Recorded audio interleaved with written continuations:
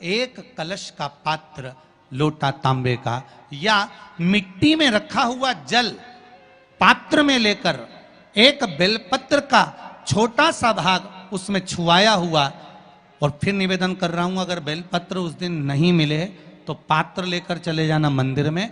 मंदिर में शंकर जी पे तो बेलपत्र चढ़ी होगी ना, अरे बोलो तो जरा, चढ़ी होगी ना। उसी बेलपत्र को धोकर फिर जल के पात्र में उसको छुआकर फिर शंकर भगवान को भाव से, दिल से जो चाहते हो, धन वैभव संपदा सत्ता या रोग से मुक्ति, चाहे उदर से जुड़ी हो। हाँ, एक चीज का ध्यान करना, अगर संपदा के लिए, विवाह के लिए या विद्या के लिए या अन्य चीजों के लिए आप शिव जी को जल चढ़ा रहे हो तो उसके जल को उठाकर नहीं लाना है। और अगर रोग के लिए जल चढ़ा रहे हो कि मुझे ये तकलीफ है, घर में ये बीमारी चल रही है या रोग चल रहा है या किडनी का या लीवर का या कैंसर का या ब्लड प्रेशर का, तो जो जल तुमने समर्पित करा उसको लेकर आकर आचमन भी करना। पर भावों में इतने इतने आप आनंद में डूबो, भाव में डूबो, मना नहीं है, पर भाव में छल ना हो जाए,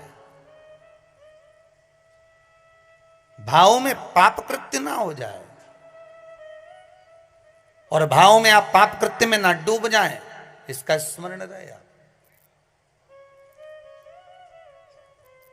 कई माताएं तो पुण्य करते करते भी पाप कमा लेती, कई पुरुष लोग भी पुण्य करते करते पाप कमा लेते।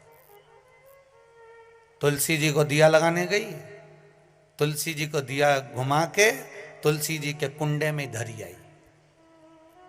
अब ये पुण्य मिला कि पाप मिला? जम के बोलते जाओ जरा, पाप मिला, पुण्य नहीं मिला है।